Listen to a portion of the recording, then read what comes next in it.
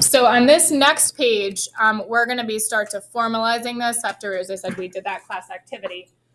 So now it says sample distributions are made from a population with a known proportion, such as 40% peach. So that's how we make. If you look down the page, there's about 4 different other sampling distributions. We make them from some population where we know the proportion. Then we can take a single sample from a different population. Okay, so something that we don't know about. We don't know its proportion. Compare it to the sampling distribution and determine if it is reasonable to conclude that this population could have the same proportion. Okay, so I'm just going to read that. That's the process we're working towards over the next 3 lessons. So it says here, where I went to a different page. So it says here, in the table below, 50 random samples of size 25 were taken from bags of peach and yellow chips with the following known proportions of peach chips. Determine an estimated confidence interval for each. In other words, if another single sample were taken from a population of that percentage of peach chips, give a range for the value you would expect.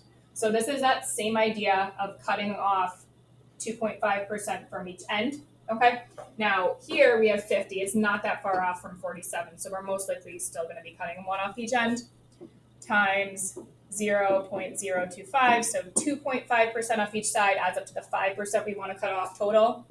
That equals 1.25 from each end.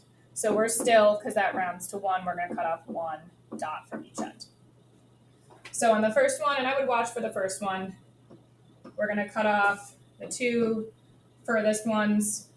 It's kind of hard to read, but we're going to go from here. We're estimating here. If you don't have it perfect, it's fine. To here, that one looks like it's about 2 places below 0.30, so 0.28 to 0.51, because that's like a 1 above. Those 2 dots are 1 above the 0.50. So that is a simulation based on 40% peach chips. The next one is based on 50% peach chips. We're going to cut that dot off and that dot off. Each of these has 50, just to keep it kind of simple. So this one goes like it goes from 0.29 to 0.70. And that was for the one with 50% peach chips. The 60%, we're going to cut that dot off each end. And we are going from about 0.46 to 0.74.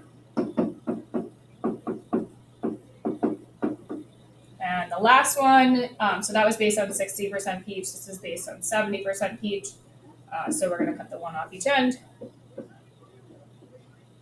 And that looks like we got about 0.51 to 0.91. Okay. So if we were in class, the next thing we would do, it says your teacher has a mystery bag of chips that came from a population with an unknown proportion of peach chips. Take a sample of 25 chips from this bag. Find the proportion of peach. Which of the above proportions are reasonable for the population proportion of peach chips in the mystery bag? So let's just say we took this sample and we got, for the proportion, 0.67 peach. Okay? So that was our proportion from the sample.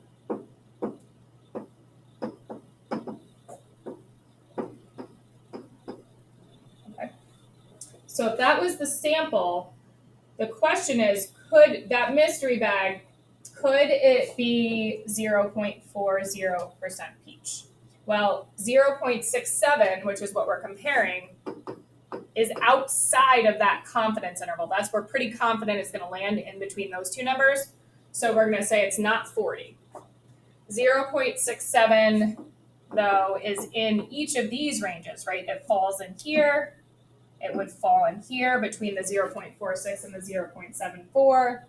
And it also falls in here, okay? So it could be 50%, 60%, or 70%, but it could not be the the 40%. And this is kind of like a building up question. Okay, so that's the idea. We use these confidence intervals to determine like what is reasonable and what is not reasonable for unknown populations. Now, on the next page, we have a much bigger dot plot or sampling distribution. And this one has 1,000 samples. Okay, you'll see it looks pretty normally distributed. I mean, it's not perfect, but it's more samples are always better. Okay. So the total number of samples here, it says here, right, is 1,000. So we're not just going to cut one dot off each side. So we're going to do that calculation. So if there's 1,000 samples, I'm cutting off 2.5% from each side. And that calculation works out to 25 dots to cut off each side. So a little tricky. I know they're tiny.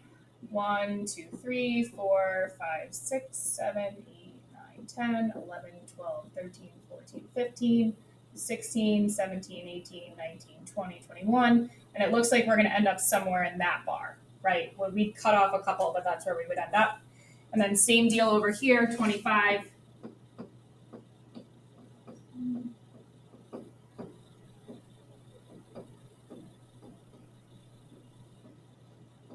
Yeah, so it looks like we're ending up somewhere in there. Now it's hard to estimate on this graph. I used an estimate of about, it's a little below 0.52, but not all the way back to 0.50. So I use 0.518. Maybe it should be a little bit lower. It's hard to tell from the graph, to 0.60. Okay. So basically the idea is for this distribution, if we were going to pick a sample from a similar distribution, another sample, we would expect the value or be 95% sure that the value would fall between those two numbers.